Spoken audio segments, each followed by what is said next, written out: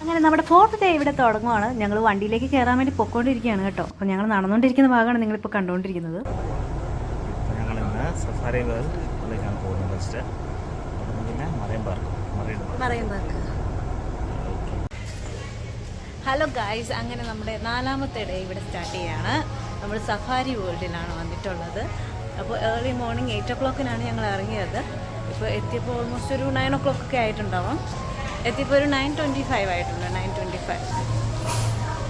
ഇവിടെ വരുന്ന വിസിറ്റേഴ്സ് എല്ലാം ഉള്ളിലേക്ക് കയറി പോകുന്നത് നമുക്ക് കാണാൻ സാധിക്കും. ഞങ്ങളും ഇതുപോലെ തന്നെ ഓൾറെഡി ടിക്കറ്റ് എല്ലാം ബുക്ക് ചെയ്തുകൊണ്ട് ഞങ്ങൾ നേരെ ഉള്ളിലേക്ക് കയറി. കുറച്ചധികം ദൂരം നടക്കാനുണ്ട് നമുക്ക് അതിൻ്റെ ഒരു എൻട്രൻസിലേക്ക് കയറാൻ വേണ്ടിയിട്ട്. അപ്പോൾ ഞങ്ങൾ നടന്നുകൊണ്ടിരിക്കുകയാണ്. പോകുന്ന വഴി നിങ്ങൾക്ക് കുറേ കോഫി ഷോപ്പും കാര്യങ്ങളൊക്കെ കാണാൻ സാധിക്കും. ഇവരുടെ ഭാഷയിൽ ഇവരെന്തെല്ലോ എഴുതി വെച്ചിട്ടുണ്ട്. വായിക്കാൻ അറിയത്തില്ലാത്തതുകൊണ്ട് ഞങ്ങൾ നേരെ മുന്നേക്ക് നടന്നു. ഒരു ഫോറസ്റ്റിൻ്റെ അറ്റ്മോസ്ഫിയർ തോന്നിക്കാൻ വേണ്ടിയിട്ട് അവർ ജിറാഫിന് സ്റ്റാറ്റ്യൂ ഒക്കെ ചെയ്ത് വെച്ചിട്ടുണ്ട് ഫ്രണ്ടിൽ.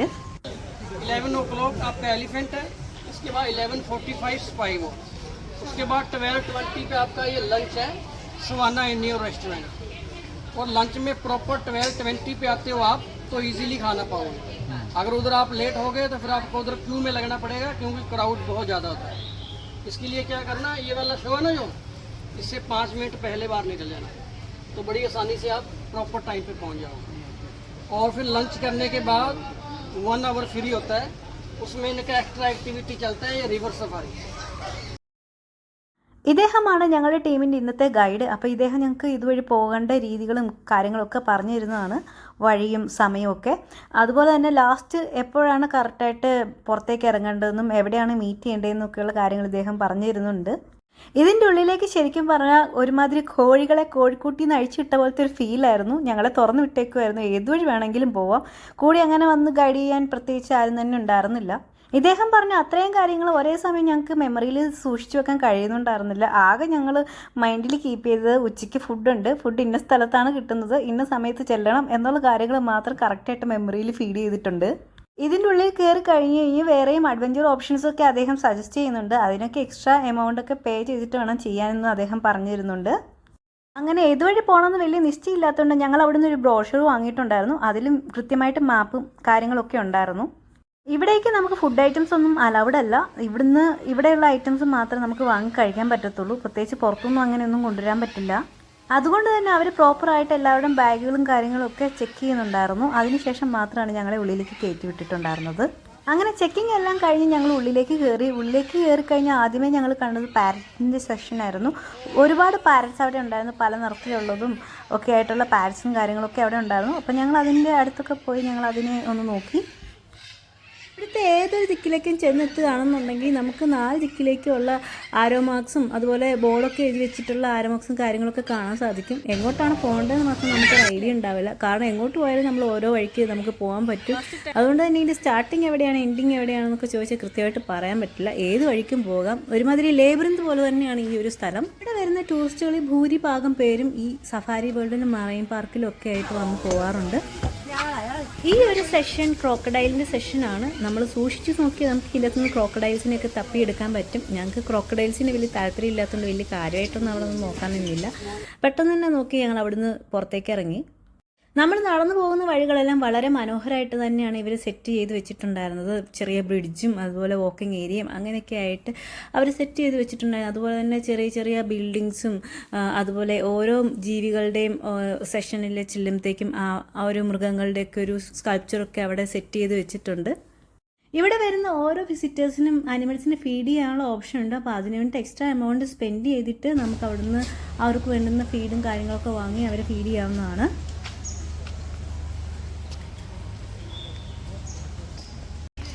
ഇവിടുത്തെ മറ്റൊരു മെയിൻ ബിസിനസ് എന്ന് പറയുന്നത് ഇവിടുത്തെ കോഫി ഷോപ്സ് അല്ലെങ്കിൽ ഫുഡ് സ്റ്റോൾസ് ഒക്കെ തന്നെയാണ്.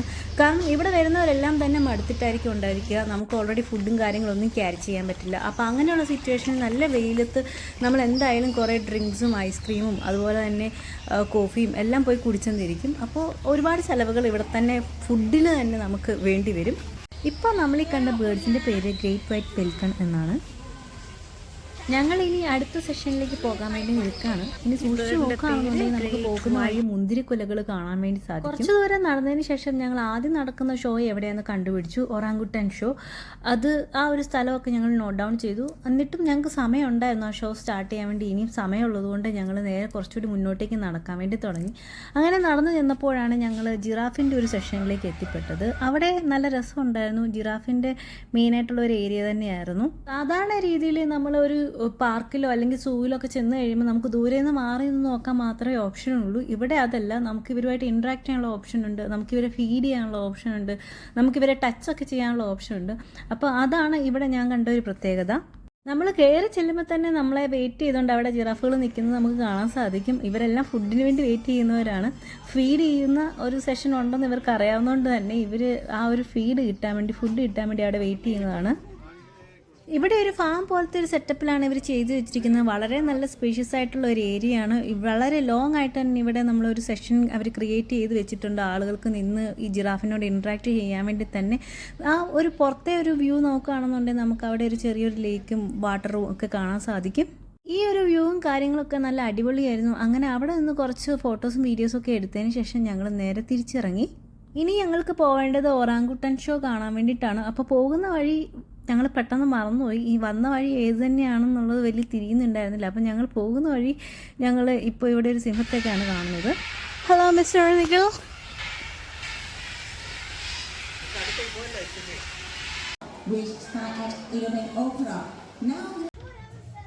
നമ്മളിപ്പോൾ ഒറാങ്കുട്ടൻ ഷോ ഉള്ള സ്ഥലത്തേക്കാണ് നടന്നുകൊണ്ടിരിക്കുന്നത്. വളരെ നല്ല റഷുണ്ട് അങ്ങോട്ടേക്ക്. അവിടെ വന്ന ഒരുവിധം എല്ലാ ടൂറിസ്റ്റുകളും സ്പീഡിൽ നടന്നു പോകുന്നുണ്ട്. പെട്ടെന്ന് പോയിൽ സീറ്റ് കിട്ടില്ല എന്നുള്ള യാഥാർത്ഥ്യം ഞങ്ങൾക്ക് അറിയില്ലായിരുന്നു. അതുകൊണ്ട് ഞങ്ങൾ കറക്റ്റ് ടൈമൊക്കെ നോക്കി ടൈം ആകുന്ന പോലെയൊക്കെ പോകാം എന്നുള്ള ധാരണയിലായിരുന്നു. അങ്ങനെ ഏതാണ്ട് കറക്റ്റ് ടൈം ആയപ്പോഴത്തേക്കും ഞങ്ങൾ അവിടെ എത്തിയിട്ടുണ്ട്. അങ്ങനെ ആ വലിയ തിരക്കിനിടയിൽ ഞങ്ങൾ ഓടിപ്പിടിച്ച് പെട്ടെന്നൊരു സ്ഥലം കണ്ടുപിടിച്ചു. അങ്ങനെ ഞങ്ങൾ അവിടെ പോയിരുന്നു.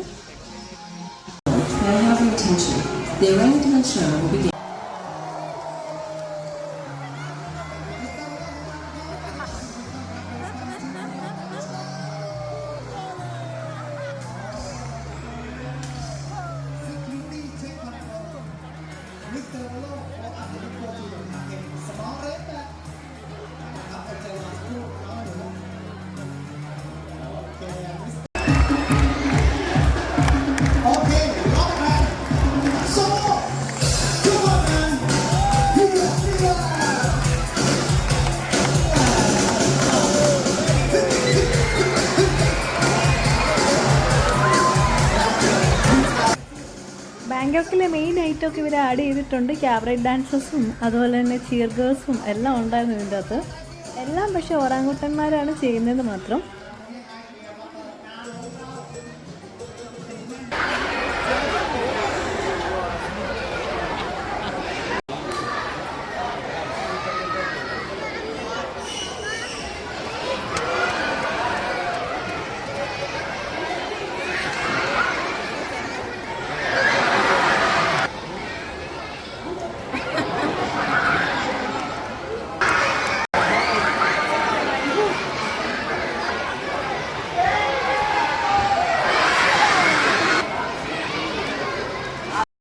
ഈ ഷോ കണ്ടു തുടങ്ങിയപ്പോൾ തന്നെ ഞങ്ങൾക്ക് മനസ്സിലായി ഇവർ നന്നായിട്ട് ട്രെയിൻ ചെയ്യിച്ചിട്ടാണ് ഈ ഒറങ്കുട്ടാൻസിനെ കൊണ്ട് ഈ പെർഫോമൻസ് എല്ലാം ചെയ്യിക്കുന്നതെന്ന്.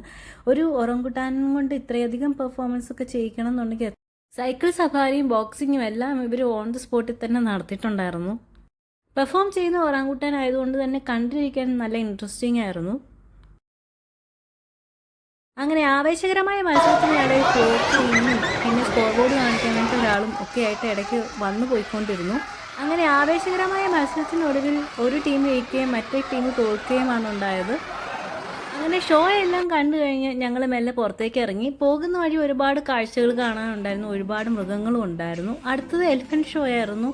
എലിഫന്റ് ഷോയ്ക്ക് ഞങ്ങൾക്ക് സീറ്റ് കിട്ടണം എന്നുള്ളത് കൊണ്ട് തന്നെ ഇത്തവണ ഞങ്ങൾ ടൈമിന് മുന്നേ തന്നെ അവിടെ നേരത്തെ പോയി സ്ഥലമൊക്കെ പിടിച്ചിട്ടുണ്ടായിരുന്നു.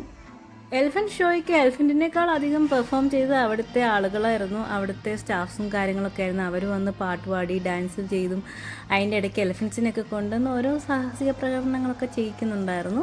എലിഫൻസിൻ്റെ ഈ പ്രകടനം എല്ലാം കണ്ടപ്പോൾ എനിക്ക് പെട്ടെന്ന് സർക്കസാണ് ഓർമ്മ വന്നത്. പണ്ട് കാലത്ത് നമ്മൾ സർക്കസ് കാണാൻ പോകുമ്പോൾ എലിഫൻസും അതുപോലെ ഒരുപാട് ആൾക്കാരൊക്കെ വന്നിട്ട് ഇത് പെർഫോം ചെയ്യുന്നത് നമുക്ക് കാണാൻ സാധിക്കും. അതുപോലെ തന്നെയായിരുന്നു ഇവിടെ ഉണ്ടായിരുന്നത്. എലിഫൻസ് ഫുട്ബോൾ കളിക്കുന്നതാണ് നിങ്ങളിപ്പോൾ കണ്ടുകൊണ്ടിരിക്കുന്നത്. ഇതോ നല്ല അടിപൊളിയായിട്ട് ഗോൾ അടിക്കുന്നുണ്ട്. അങ്ങനെ എലിഫൻസിൻ്റെ ഷോ എല്ലാം കണ്ടു കഴിഞ്ഞ് ഞങ്ങൾ നേരെ പോയത് അടുത്ത ഷോയ്ക്കാണ്. സ്പൈ വാർ എന്നായിരുന്നു ആ ഷോയുടെ പേര്. അപ്പോൾ അതിനുവേണ്ടി ഞങ്ങൾ നേരത്തെ തന്നെ ഇറങ്ങി. പെട്ടെന്ന് പോയാൽ പെട്ടെന്ന് നല്ല സീറ്റ് പിടിക്കാമല്ലോ എന്ന് കരുതി. അവിടെ ചില സ്ഥലങ്ങളിൽ മാത്രമേ ഫാൻ ഉണ്ടായിരുന്നുള്ളൂ. AC അങ്ങനത്തെ യാതൊരു സൗകര്യങ്ങളും ഉണ്ടായിരുന്നില്ല. അല്ലെങ്കിൽ ഗ്ലാസ്പെറ്റോസിൻ്റെ കീഴൊക്കെ ഞങ്ങൾ ഇരുന്ന് കഴിഞ്ഞപ്പോൾ നല്ല ചുട്ടുകൊള്ളുന്ന വെയിലത്ത് ഭയങ്കരമായിട്ട് ടയേർഡ് ആവുന്നുണ്ടായിരുന്നു, നന്നായിട്ട് ദാഹിക്കുന്നുണ്ടായിരുന്നു. അപ്പോൾ അതിൻ്റെ ഇടയ്ക്ക് ഇവിടെ കുറേ ആളുകൾ ബിസിനസ്സുമായിട്ട് വന്നു. അവരുടെ തേങ്ങാവെള്ളം വിൽക്കുന്നു, തേങ്ങ വിൽക്കുന്നു, കരിക്ക് വിൽക്കുന്നു, ഐസ്ക്രീം, കൂൾ ഡ്രിങ്ക്സ് എന്ന് തുടങ്ങിയ എല്ലാ വിൽപ്പനകളും അവിടെ തകൃതിയായിട്ട് നടക്കുന്നുണ്ട്. ഞങ്ങൾ ഇത്തവണ കൃത്യമായിട്ട് ഫാനിൻ്റെ ചോട്ടിൽ തന്നെയാണ് പോയിരുന്നത്. അങ്ങനെ കുറച്ച് നേരം വെയിറ്റ് ചെയ്തതിന് ശേഷം ഏതാണ്ട് സ്റ്റാർട്ട് ചെയ്യാനായിട്ടുണ്ട്.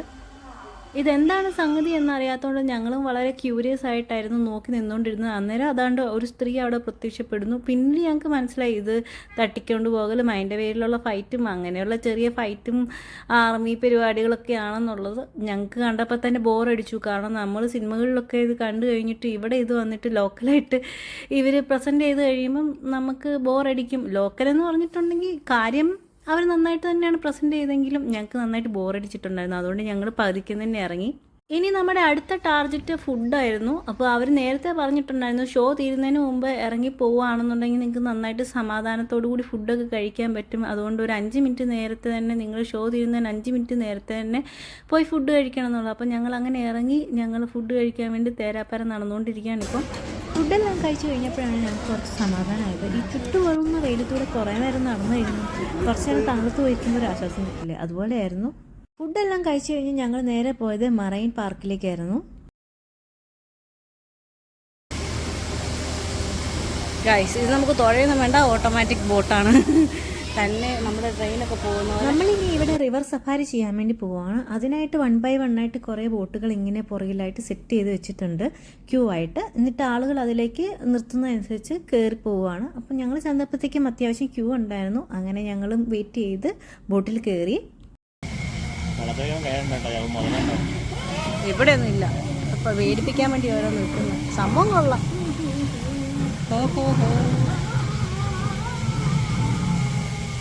ആളെ കൊല്ലുന്നതായിട്ടൊക്കെ കാണിക്കുന്നതാണ്. ചുമ്മാ ഒരു രസം അല്ലേ. ഇതിൻ്റെ അകത്തെ ആ കൂളിംഗ് എഫക്റ്റ് എനിക്ക് ഇഷ്ടപ്പെട്ടെ.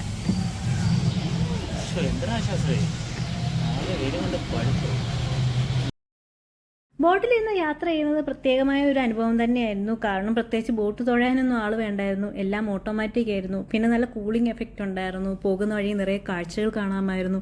അതുകൊണ്ട് വളരെയധികം എൻജോയ് ചെയ്തിട്ടാണ് ഞങ്ങൾ ഇതിൽ യാത്ര ചെയ്തിട്ടുണ്ടായിരുന്നത്.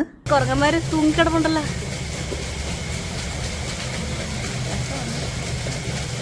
ക്യാമറ കൊണ്ടൊന്നും എടുക്കാനുള്ള നേരം ഇല്ലാണ്ടായി, പിന്നെ ഞാൻ തകർത്തേനെ.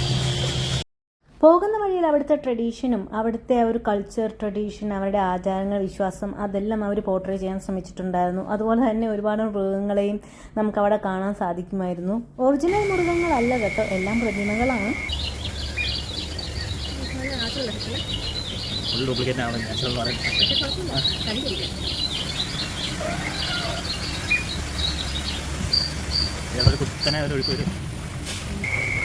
ഞങ്ങൾക്കെന്തായാലും ഞങ്ങൾ ബോട്ടിലിരിക്കുന്ന ഫോട്ടോസോ വീഡിയോസോ ഒന്നും എടുക്കാൻ കഴിഞ്ഞില്ല.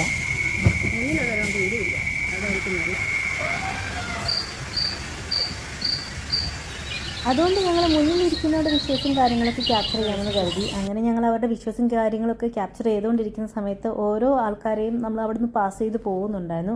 എല്ലാം യന്ത്രത്തിലാണ് അവർ മേക്ക് ചെയ്തിട്ടുള്ളത്. ആളുകളെ ആണെങ്കിലും മൃഗങ്ങളെ ആണെങ്കിലും സൗണ്ട്സൊക്കെ ആണെങ്കിലും ഒക്കെ എല്ലാം അവിടുന്ന് മൂവ് ചെയ്യുന്നുണ്ടായിരുന്നു. ചെറിയ മൂവ്മെൻറ്റ്സ് ഒക്കെ അവർ കൊടുക്കുന്നുണ്ടായിരുന്നു ഓട്ടോമാറ്റിക്കായിട്ട് തന്നെ. പോകുന്ന വഴി ഇൻട്രസ്റ്റിംഗ് ആയി തോന്നിയ കാര്യങ്ങളൊക്കെ ഞങ്ങൾ ഫോട്ടോസും വീഡിയോസും ഒക്കെ ആയിട്ട് എടുത്തു വെക്കുന്നുണ്ടായിരുന്നു. ഒരുവിധം എല്ലാ ആനിമൽസിൻ്റെയും സ്കൾപ്ചർ അവർ ഡെമോ പോലെ ചെയ്തു വെച്ചിട്ടുണ്ടായിരുന്നു. അതുപോലെ തന്നെ മൂവിങ് ആയിട്ടുള്ള ഒരു എഫക്റ്റും അവർ അതിൻ്റെ കൂടെ ആഡ് ചെയ്തിട്ടുണ്ടായിരുന്നു. നമുക്ക് കാണുമ്പോഴേ അറിയാം ഓട്ടോമാറ്റിക്കായിട്ട് അവർ മൂവ് ചെയ്യുന്നതാണെന്നുള്ളത് കാണുമ്പോഴേ അറിയാൻ പറ്റും.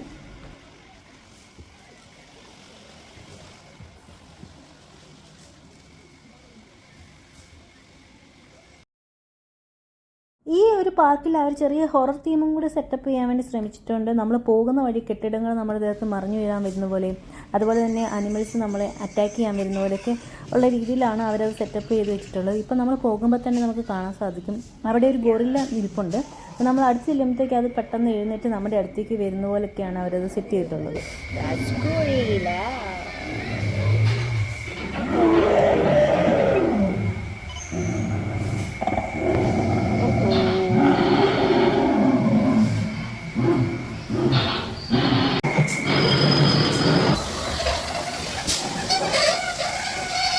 നല്ല രസമുണ്ടല്ലേ ഈ കളർ സെറ്റിംഗ് ഒക്കെ.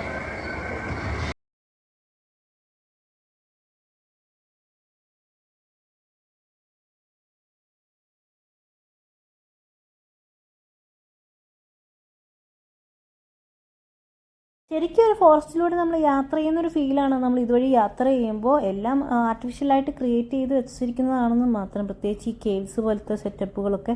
പക്ഷെ എന്നിരുന്നാലും നമ്മൾ ഇതിലൂടെയൊക്കെ യാത്ര ചെയ്യുമ്പോൾ നമ്മൾ വേറെ ഏതോ ഒരു സ്ഥലത്തൂടെ ട്രാവൽ ചെയ്യുന്ന പോലത്തെ ഒരു ഫീലിംഗ് തന്നെയാണ് നമുക്ക് കിട്ടുന്നത്.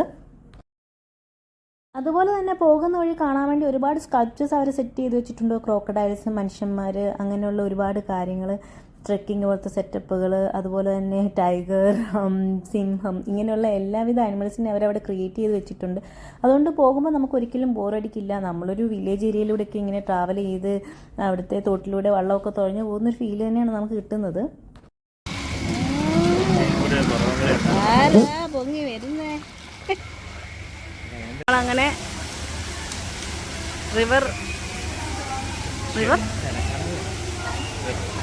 റിവർ സഫാരി എല്ലാം കഴിഞ്ഞ് തിരിച്ചെത്തിയിട്ടുണ്ട്. വൻ ജനാവലി. നമ്മൾ ടൈമിങ് കറക്റ്റായിരുന്നു കേട്ടോ. ഇല്ലായിരുന്നെങ്കിൽ ക്യൂ നിന്ന് പണ്ടാരടങ്ങിങ്ങനെ ക്യൂ. ഞങ്ങളങ്ങനെ റിവർ സഫാരി എല്ലാം കഴിഞ്ഞ് പുറത്തേക്ക് ഇറങ്ങിയിട്ടുണ്ട്. അപ്പോൾ പോകുന്ന വഴിയിലും വേറെയും ഇതുപോലെ കുറേ ഡെമോസൊക്കെ അവർ സെറ്റ് ചെയ്ത് വെച്ചിട്ടുണ്ട് നമുക്ക് കാണാൻ വേണ്ടിയിട്ട്. കുറച്ച് നേരം ഞങ്ങളങ്ങനെ അതൊക്കെ ഒബ്സർവ് ചെയ്ത് നോക്കിയൊക്കെ നിന്നു. അതിനുശേഷം ഞങ്ങൾ നേരെ അടുത്ത ഷോ ഉണ്ടായിരുന്നു, ആ ഒരു ഷോ കാണാൻ വേണ്ടി ഞങ്ങൾ പോയി. ഇനി നമുക്ക് കാണാനുള്ള ഷോ എന്ന് പറഞ്ഞിട്ടുണ്ടെങ്കിൽ ഡോൾഫിൻ്റെ ഷോയാണ്. അത് നമ്മൾ ഓൾറെഡി ദുബായിൽ നിന്ന് കണ്ടിട്ടുണ്ട്. പക്ഷേ എന്നാലും ഇവിടെ വന്നപ്പോൾ ആ കൂടെ തന്നെ ഉള്ളതുകൊണ്ട് ഞങ്ങൾ വീണ്ടും കാണാൻ വേണ്ടി ഇരുന്നു. ഡോൾഫിനെയൊക്കെ കാണാൻ പ്രത്യേക ഭംഗിയല്ലേ. അപ്പോൾ ഞങ്ങൾ കാണാൻ വേണ്ടി ഇരുന്നു. ഷോ ഇതുവരെ സ്റ്റാർട്ട് ചെയ്തിട്ടില്ല, ഇനിയും സ്റ്റാർട്ട് ചെയ്യാൻ അവർക്ക് സമയമുണ്ട്. അങ്ങനെ ഫൈനലി ഷോ സ്റ്റാർട്ട് ചെയ്ത് അവർ കുറച്ച് ഇൻട്രോയും കാര്യങ്ങളൊക്കെ തന്നു. അപ്പോൾ ഇതാ ഡോൾഫിൻ അവിടെ ഇരുന്ന് കളിക്കുന്നുണ്ടെന്ന് നിങ്ങൾക്ക് കാണാൻ സാധിക്കുന്നു എന്ന് കരുതുന്നു. ഞങ്ങൾക്ക് കുറച്ച് ബാക്കിലേക്കാണ് സീറ്റ് കിട്ടിയിട്ടുണ്ടായിരുന്നത്. അതുകൊണ്ട് ഡോൾഫിൻ്റെ ഷോ എല്ലാം ഞങ്ങൾ ക്യാമറയിൽ തന്നെയാണ് പകർത്തിയത്, സൂം ലെൻസ് ഇട്ടിട്ട്. ഒരുപാട് ഡോൾഫിൻസ് ഉണ്ടായിരുന്നു ഈ ഒരു ഷോയിൽ ചെയ്യാൻ വേണ്ടിയിട്ട്. അതുപോലെ തന്നെ ട്രെയിനേഴ്സ് അവിടെ നിന്ന് അവർക്ക് ഗൈഡൻസും ഇൻസ്ട്രക്ഷൻസും ഒക്കെ കൊടുക്കുന്നുണ്ടായിരുന്നു. അവർ ഓരോ ഹാൻഡ് മൂവ്മെൻറ്റ്സ് ചെയ്യുന്നതനുസരിച്ചാണ് ഡോൾഫിൻ അത് ഫോളോ ചെയ്യുന്നത്. അപ്പോൾ ഡോൾഫിനെ ഈ ഒരു റിങ്ങിനുള്ളിൽ കൂടി ചാടിക്കാൻ വേണ്ടിയിട്ടാണ് ഇവരിപ്പോൾ ഹാൻഡ് റേസ് ചെയ്ത് വെച്ചിരിക്കുന്നത്. അങ്ങനെ കുറേ അധികം അഭ്യാസ പ്രകടനങ്ങളൊക്കെ ഉണ്ടായിരുന്നു. ഞങ്ങളതൊക്കെ കണ്ട് കുറച്ച് നേരം അവിടെ ഇരുന്നു. ഓൾറെഡി ടയേർഡായിരുന്നു. ഞങ്ങൾക്ക് ആ റിവർ സഫാരി ചെയ്തപ്പോഴാണ് അത്യാവശ്യം നല്ലൊരു കൂളിംഗ് ഫീൽ ചെയ്തിട്ടുള്ളത്. ഇവിടെയൊക്കെ വന്നിരിക്കുമ്പോൾ ഞങ്ങൾക്ക് നല്ല ഹ്യൂമിഡിറ്റിയും നല്ല ചൂടുമാണ് ഫീൽ ചെയ്യുന്നത്. ഇനി നമ്മൾ സീ ലയൺ ഷോയാണ് കാണാൻ പോകുന്നത്. അത് കഴിഞ്ഞിട്ട് നമുക്ക് തിരിച്ചു പോകാവുന്നതാണ്. ഓൾറെഡി കുറേ നടക്കാനുണ്ട് ഇവിടെ. എവിടെയൊക്കെ കവർ ചെയ്തില്ല എന്ന് പോലും അറിയത്തില്ല. നന്നായിട്ട് നടന്നു മടുത്തു. നല്ല ഉഷ്ണമുണ്ട്, നല്ല ടയേർഡായി. ഇതിൻ്റെ ഇടയ്ക്ക് കുറേ ഐസ്ക്രീം അടിച്ച് കയറ്റിയിട്ടുണ്ടായിരുന്നു. അതുപോലെ തേങ്ങാ വെള്ളം, ഫാനും വിശറി അടക്കം എല്ലാം ഇവിടെ വാങ്ങി. ഇവിടെ ഒരുവിധം എല്ലാ അനിമൽസിനും നമുക്ക് ടച്ചൊക്കെ ചെയ്യാം. പക്ഷേ അതിന് ഓരോ 300 ബാട്ട് 500 ബാട്ട് അങ്ങനെ അത്ര എമൗണ്ട് കൊടുത്തിട്ടാണ് എല്ലാം ചെയ്യുന്നത്. ഡോൾഫിൻ, അതുപോലെ മങ്കീസ്, ഇതിനൊക്കെ നമുക്ക് തൊടാം. Okay, come.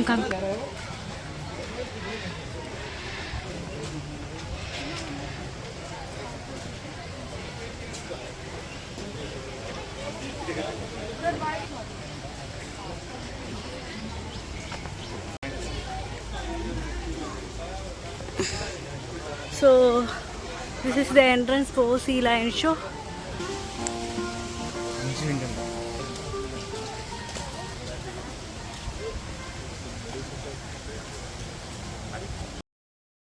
ഡോൾഫിൻ ഷോയും സീ ലയൺ ഷോയും ഒക്കെ ഞങ്ങൾ നേരത്തെ ദുബായിൽ നിന്ന് കണ്ടിട്ടുള്ളത് കൊണ്ട് തന്നെ ഇവിടെ വന്നിട്ട് കാണാൻ അധികമായിട്ടൊരു ക്യൂരിയോസിറ്റി ഒന്നും ഉണ്ടായിരുന്നില്ല. പക്ഷേ എന്നാലും എങ്ങാനും എക്സ്ട്രാ കാണിച്ചാലോ എന്നുള്ളത് ഒരു ഫീലിംഗ് കാരണം ഞങ്ങൾ ഇവിടെ വന്ന് കയറി. ഇവിടെ കാണാൻ വേണ്ടി വന്നിരിക്കുന്ന ടൂറിസ്റ്റിന് വേണ്ടിയിട്ട് അവർ AC സെറ്റപ്പ് ഒന്നും റെഡിയാക്കിയിട്ടുണ്ടായിരുന്നില്ല. അതുപോലെ തന്നെ ഫാൻ ഉണ്ടായിരുന്നത് വളരെ വിരളമായിരുന്നു. ഏതെങ്കിലും 2-3 കോണുകളിൽ മാത്രമേ ഫാൻ ഉണ്ടായിരുന്നുള്ളൂ. അതുകൊണ്ട് തന്നെ ഓണത്തിനിടയിൽ പൂട്ടുകച്ചവടം എന്ന് പറയുന്ന പോലെ തന്നെ ഫുഡിനും ഡ്രിങ്ക്സിനും ശേഷം പിന്നെയുള്ള ഇവരുടെ മെയിൻ ബിസിനസ് എന്ന് പറയുന്നത് ഇവിടെ വന്നിരിക്കുന്ന ടൂറിസ്റ്റിന് വിശറി വിൽക്കുക എന്നുള്ളതാണ്. ഇവിടുത്തെ ചൂടിൻ്റെ കാഠിന്യം മനസ്സിലാക്കണം എന്നുണ്ടെങ്കിൽ ആളുകൾ വിശറി വീശുന്നത് നോക്കിയാൽ മതി. ഗൈസ്, അങ്ങനെ നമ്മുടെ ഷോ ഒക്കെ ഓൾമോസ്റ്റ് തീരാറാവുന്നതിന് മുമ്പ് തന്നെ നമ്മൾ ഇറങ്ങി, അല്ലെങ്കിൽ ഫുൾ തിരക്കായിരിക്കും. അപ്പോൾ ഷോ തീരുന്നതിന് മുമ്പ് നമ്മൾ ഇറങ്ങി. ഓൾറെഡി നല്ല ടയേർഡാണ്, ഒരുപാട് നടക്കാനുണ്ട്. ഇനി ഇവിടെ കാണാത്ത സ്ഥലങ്ങൾ കുറേ ഉണ്ട്. പക്ഷേ ഞങ്ങൾ നടന്ന് മടുത്തുകൊണ്ട് കുറച്ച് ക്യാൻസൽ ചെയ്യുന്നു. ഇനി നമുക്കൊരു സഫാരി ഉണ്ടല്ലേ. ഞങ്ങളങ്ങനെ നടന്ന് നേരെ വണ്ടി നിർത്തിയിട്ടിരിക്കുന്ന സ്ഥലത്തെത്തി. അങ്ങനെ വണ്ടിയിൽ കയറാൻ വേണ്ടിയിട്ടുള്ള ശ്രമമാണ്. ഇനിയുള്ള നമ്മുടെ സഫാരി എന്ന് പറയുന്നത് നമ്മുടെ ഗ്ലാസ്സുള്ള വണ്ടിയിൽ ഇരുത്തിയിട്ട് നമ്മളെ പുറത്തുള്ള കാഴ്ചകൾ കാണിക്കുക എന്നുള്ളതാണ്. വളരെ വലിയൊരു ഫാമാണ് ഇവരുടേത്. അതിൽ എല്ലാത്തരം മൃഗങ്ങളും ഉണ്ടായിരുന്നു, പ്രത്യേകിച്ച് വൈൽഡ് ആനിമൽസ്. എല്ലാം ഓരോ സെഷനായിട്ടാണ് ഇവർ സെറ്റപ്പ് ചെയ്തിട്ടുണ്ടായിരുന്നത്. നമ്മൾ ഓൾറെഡി ടയേർഡ് ആയിരുന്നതുകൊണ്ടും അതുപോലെ തന്നെ ഗ്ലാസ്സിലൂടെ നമ്മൾ ക്യാപ്ചർ ചെയ്യുമ്പോൾ അത്ര പെർഫെക്റ്റ് ആയിട്ടുള്ള ഒരു വ്യൂ കിട്ടാത്തത് കൊണ്ടും ഞങ്ങൾ അധികം ഇത് ക്യാപ്ചർ ചെയ്യാൻ നിന്നിട്ടുണ്ടായിരുന്നില്ല. ഒരുവിധം എല്ലാ വൈൽഡ് ആനിമൽസിനെയും ഞങ്ങൾക്ക് ഇവിടുന്ന് കാണാൻ സാധിച്ചു. ഉച്ചയൊക്കെ ആയതുകൊണ്ടാണെന്ന് തോന്നുന്നു അധികം മൃഗങ്ങളൊന്നും ആക്റ്റീവ് ആയിരുന്നില്ല. എല്ലാവരും ഉറങ്ങുകയും അല്ലെങ്കിൽ ഏതെങ്കിലും ഒരു കോണിലിരിക്കുകയൊക്കെ ആയിരുന്നു ചെയ്തുകൊണ്ടിരുന്നത്. അങ്ങനെ ഞങ്ങളുടെ ഇന്നത്തെ ചെറിയൊരു സഫാരി വേൾഡിലേക്കും അതുപോലെ തന്നെ മറൈൻ പാർക്കിലേക്കും ഒക്കെയുള്ള ഞങ്ങളുടെ ചെറിയൊരു സഫാരി ഇവിടെ അവസാനിക്കുകയാണ്.